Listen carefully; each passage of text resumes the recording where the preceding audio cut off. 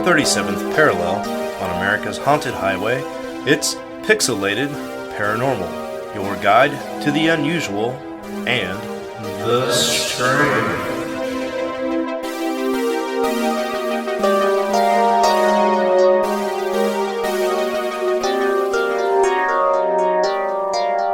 What's up, everybody? Welcome back to episode 235 of Pixelated Paranormal.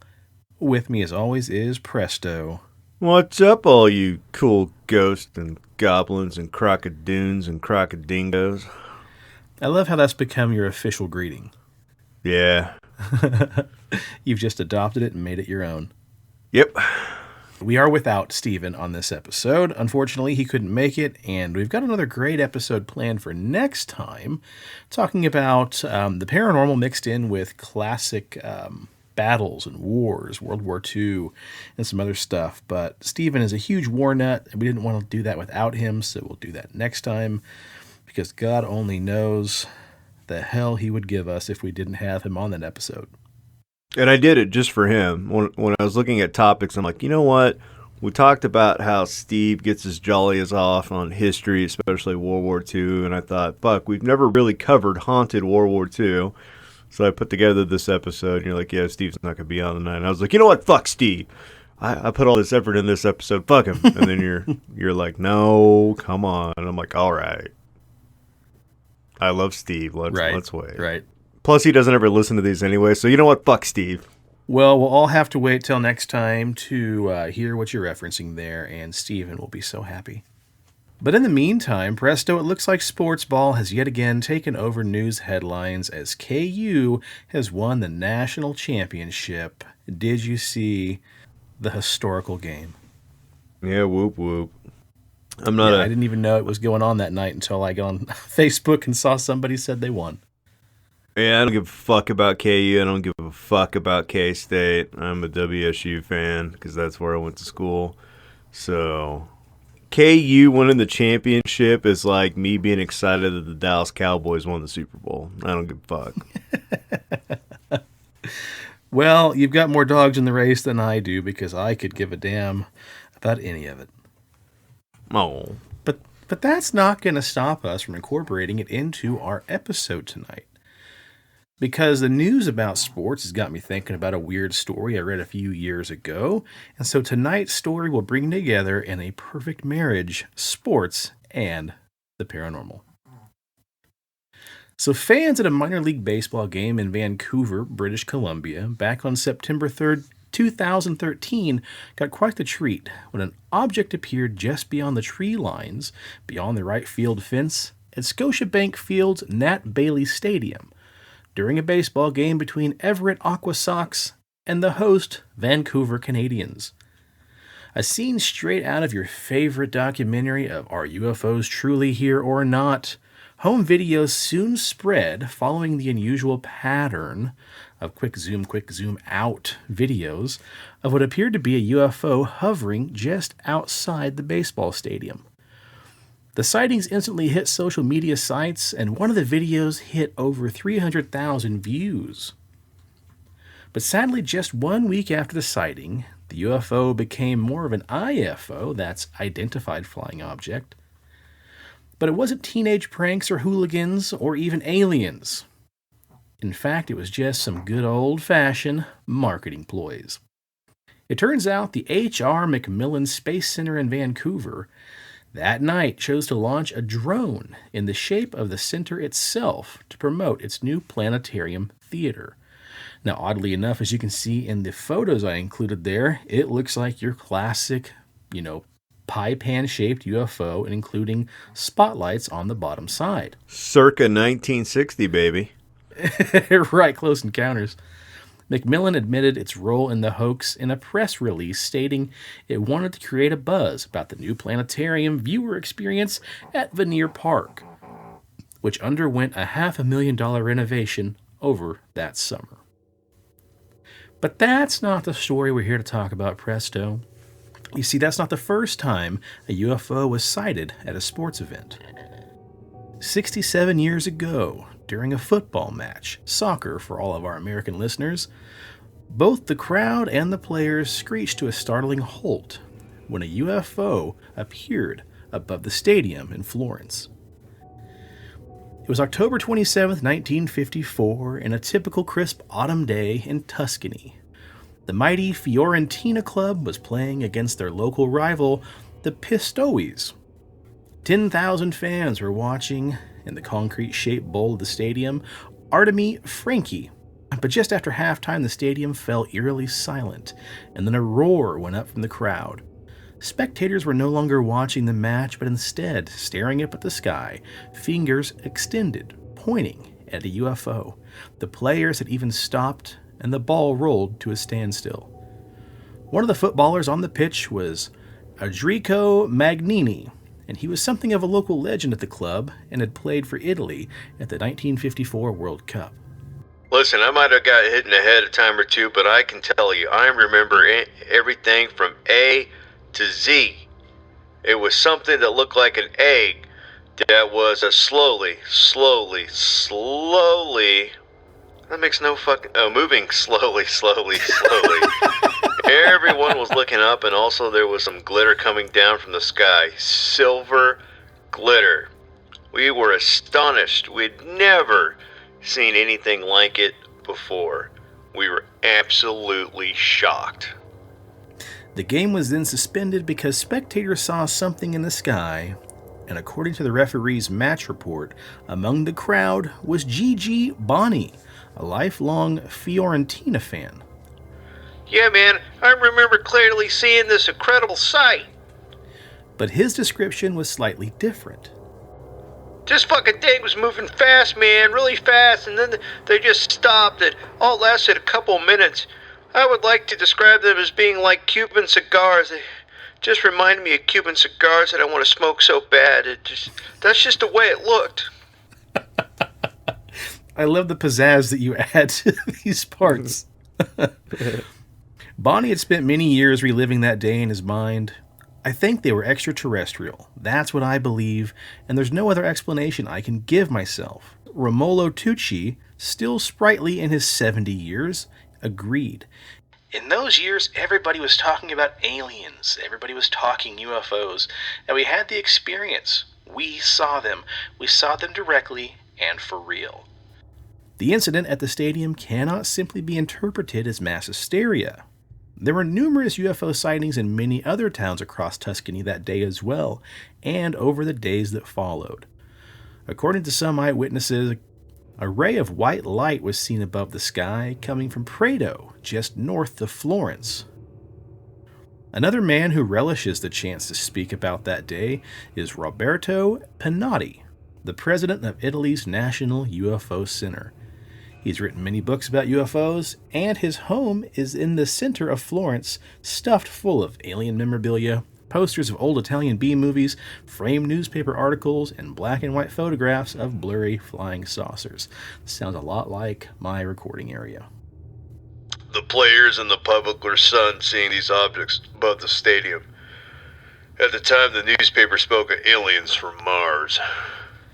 And of course, now we know it's not so, but we may conclude that it was an intelligent phenomenon, a technological phenomenon, and a phenomenon that can't be linked to anything we know of on Earth. He also was intrigued by material that fell from the sky, what Magnini described as silver glitter. It is a fact that at the same time the UFOs were seen above Florence, there was a strange sticky substance falling from above. In English, we call this angel hair. Or, space jizz. The only problem is after a short period of time, it disintegrates. As a 10-year-old boy, he witnessed the phenomenon himself. I remember in board covered in this white substance for 1 hour, and then, like snow, it just evaporated. No one knows what this strange substance has to do with UFOs. That picture, it really does. It looks like alien bukkake. I mean, it kind of does. We'll slap that up on the Instagram tomorrow and hopefully not get flagged. Yeah. Variously described by witnesses as similar to cotton wool or cobwebs, or as Preston says, space jizz, the substance was hard to collect because it disintegrated upon contact. But some people were determined to find out what exactly it was. One of these people being a journalist at the Florentine newspaper La Nazione, the late Giorgio Bettini. Back in 2003, he told an Italian television program, Voyager, how on that day he received hundreds of phone calls about the sightings from the offices of... Did you hear that? Shayla just texted me. She's in the other room. And she said, what the actual fuck is space jizz? It's Preston ad-libbing, hun. Oh, he received hundreds of phone calls about the sightings from the offices of La Nazione in the center of town. His own view of the sky was blocked by the cathedral, so he went up to the top of the newspaper's building to see what everybody else was talking about. The 81-year-old recalled seeing shiny balls moving fast towards the dome of the cathedral. I got big balls. They got big balls. Alien big balls. Shiny big balls. Bettini ventured out to investigate. He came across some wood outside the city that was covered in the white fluff. He gathered several samples by rolling them up on a matchstick and then took them to the Institute of Chemical Analysis at the University of Florence. When he got there, he found that others had done the same thing. The lab, led by a respected scientist, Professor Giovanni Caneri, subjected the material to spectrographic analysis and concluded that it contained the elements boron, silicon, calcium, and magnesium, and that it was not radioactive. Unfortunately, this did not provide... What? I said space jizz. Calcium and proteins. Unfortunately, this did not provide any conclusive answers, and the material was destroyed during the testing process. Could it have been from some UFO? It's an absolutely silly idea. Science today rejects the idea, says U.S. Air Force pilot turned astronomer James McGaha from the Grasslands Observatory in southeastern Arizona. He spent more than 40,000 hours staring at the night sky, not to mention the additional hours he spent in the cockpit of U.S. fighter jets. You know, the whole UFO phenomenon is nothing but a myth, magic and superstition, wrapped up in this idea that somehow aliens are coming here either to save us or destroy us. In McGaha's view, the whole spectacle, angel hair and all, is nothing more than migrating spiders. When I look at this case, originally I thought perhaps it was a fireball, a very bright meteor breaking up in the atmosphere. They can be cigar-shaped when pieces are breaking off, but it became fairly apparent that this was actually caused by young spiders spinning webs. Very, very thin webs. See, these spiders use these webs as sails as they link together, and you get a big glob of this stuff in the skies. Not space jizz, spiders' webs, and they ride on to this to move between locations. They just fly on the wind, and these things have been recorded at least 14,000 feet above the ground. So when the sunlight glistens off of this, you get this kind of visual effect. And some of this stuff breaks off and falls to the ground, and this seems magical. But I'm fairly confident that that's what happened this day. This theory, you see, is backed up by the fact that September and October are the months when the spiders in the northern hemisphere migrate. And the spectacular Spider-Man migration still makes headlines today. But it hasn't convinced anyone, goddamn alien believers. But of course I know about the migrating spiders hypothesis. It's pure nonsense. It's an old story, and it's also a stupid story. That last part makes no sense. No, especially when you said hypothesis. Yeah. Oh, boy. He disputes... Hypotenuse? I get high on an hypotenuse. He disputes the spider theory because of the chemical analysis of the angel hair sample. Spider silk is a protein, an organic compound containing nitrogen, calcium, hydrogen, and oxygen. But that's not the elements that were reportedly found in the samples that Bettini and the others brought to the university. 60 years and going on strong, the chances of determining the cause of the incident are pretty slim.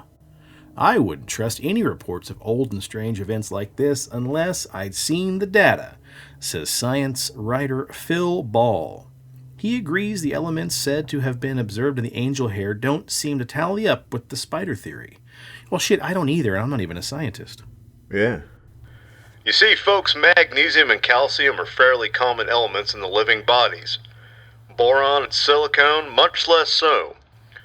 But if these were the main elements that the white fluff contained, it doesn't sound to me as though they'd come from spiders. Clearly, we're dealing with alien jizz. God, we're children. So it all remains a mystery. No matter what the scientists say, those who were there are convinced that what they saw was unlikely anything of this Earth. Did aliens come to Earth? If not, what exactly did they see all those years ago in Florence, back in 1954? Well, all I got to say is somebody saw a money shot. Right? But yeah, on the last episode, or a couple episodes back, we talked about how there were some migrating spiders that weren't actually native to this part of the U.S. that were going to be flying over parts of like Georgia and some other places. So I don't know, man. I definitely know that that's, a pretty common occurrence, having these little tiny spiders with web parachutes, but I don't know. I don't want to believe it either. Yeah. It sounds pretty lame. Like, fuck you, science. Like, give us something better than spiders. Right. But sometimes, Preston, this most simple answer is the truth. Yeah. Maybe like, scientists think that there are these air jellyfish that live on the surface of Lake Jupiter. And who's to say that, like, there's not some type of weird, like, air jellyfish that lives in the upper atmospheres and one of them just fucking died and just spat all over the ground. That's what that weird white substance was. It was just a dead air jellyfish. Hey, man, it could be. Who are we to really Is say? it as cool as alien jizz? No. But it's better than fucking spiders. Yeah, and that phrase taken out of context could be an interesting late night fan service that we can read. Fucking spiders. Yeah. Well, that's pretty much where the gas tank runs out, folks. We don't have a whole lot left because this was thrown together, as you could probably tell, pretty damn quickly before we recorded. But that's okay. We've got a big two-parter coming up, like I mentioned earlier, with various stories from different battles, World War II and others, where people reported seeing things like ghosts and UFOs and maybe even a cryptid or two. So we will definitely make it up to you, since this guy was not even a full half hour. And Daddy's worn out too, Yeah. I've been I've been running all day, and then we went down to Norton's, and I got that Above the Clouds grape soda pop bomb, Goza it's got grape. Do you know it's got grape vape juice in it? That's actually made with vape juice. For real? Yeah, and they don't put the nicotine part in there, but the actual like grape flavoring for the vape juice, it's like that, the grape soda and like grape bomb pops and a fucking like sour beer. And oh, dude, I mean, it doesn't even taste like alcohol. It's just like fucking pure grape soda. I'm just like blah blah blah blah blah.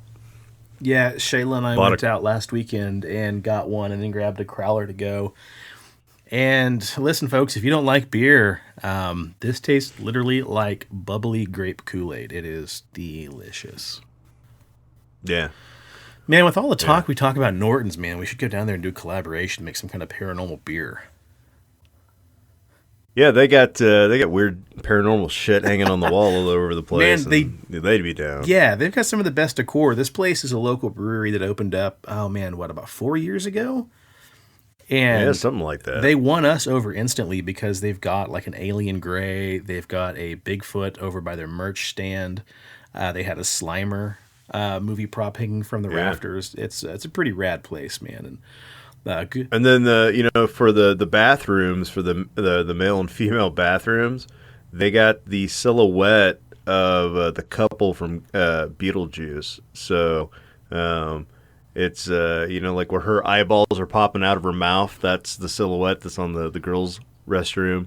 And then when the guy's like pulling his like chicken head face, like all elongated. Yeah, you're talking about Barbara and silhouette. Adam. Yeah, the two ghosts. Yeah. Oh yeah, definitely, man. I was like, holy shit, this is amazing. Yeah, that place is just rad as heck. I love it. And a good buddy of mine, Farley, works down there. So, I mean, I might drop the old earwig there and see what could happen. You know, the worst they can do is say no. Yeah. There we go, folks. You're hearing it now. History in the making. I also need to get Farley on the show because he's got a pretty great plethora of stories, interdimensional and extraterrestrial stories and stuff like that. And a really bizarre, really convincing photo of what appears to be an alien gray. I believe it was like walking out in front of him. He sent me a picture a while back, and we got to get him on the show. We got to do an interview with him and have a nice little chat. Yeah. Well, I think we'll call it there, buddy. If you guys are on the social medias, please check us out on Instagram at PXL Paranormal. And also on Facebook, the Pixelated Paranormal Podcast. That is where you'll find the companion guides and episode posts where we include photos of stuff we talk about on the episode. So please give us a follow, give us a like, tell your friends. We've almost hit 600 followers on the old Instagram, so that is moving right along. Preston, tell us a little bit about the old YouTube. Man, we've gained 1 subscriber since the last show. There we go. Last time I reported in 177 subscribers. Yeah, baby, 178. Man alive. Yeah, if you're listening to this on Apple Podcast, Stitcher, Podbean, iHeartRadio, I mean, we're everywhere. Do yourself a favor, just go over to YouTube and just click the like notification and the little bell because you're just, you're supporting your favorite podcast and we appreciate it. It makes us feel better when we see those numbers grow than like, our YouTube channel's got 50 subscribers and they're all, Sean's friends. So. Oh man. Yeah, who knows what could happen if we actually did some kind of promoting and paid a few shillings here and there. We might have to do that this year. Yeah. And look, guys, I mean, if you need a beard, if you want to grow a beard, and you're trying to find the right product, don't be like all those Italian soccer players in tonight's story. You might find some random white glob on the ground, and you might think, God, this will make my beard look and smell amazing. It won't, because it's not Dobbs, and it's not Beard Balm. We can't talk about it. It's bad stuff. So anyways, do yourself a favor. Go over to Dobbs. Use promo code PXLPARA for 20% off your order and get the good stuff that you actually want to put on your beard, like bay rum, Dundee cedar, sweet tobacco, fresh, citrus, mint, and classic. Hot diggity dog. Yeah. And if you're in the local area, please stop by and see our dear friend Leslie and the rest of the gang at CD Trade Post, Pawnee, and Seneca. Alrighty, that does it. On behalf of Big Steven, I'd like to say cheers to the weird shit in the world and those of us that love to talk about it. And stay spooky and stay on the paranormal highway. The cast at Pixelated Paranormal would like to thank you for listening to this week's episode. Pixelated Paranormal is here to tell you tales of the fantastical, the strange, the unknown. Tales that will move you a little further down the paranormal highway. If you'd like to share your own listener story, we would love to hear it. Email us at pixelatedparanormal@gmail.com. Again, that's pixelatedparanormal@gmail.com. We'd really love to hear from you.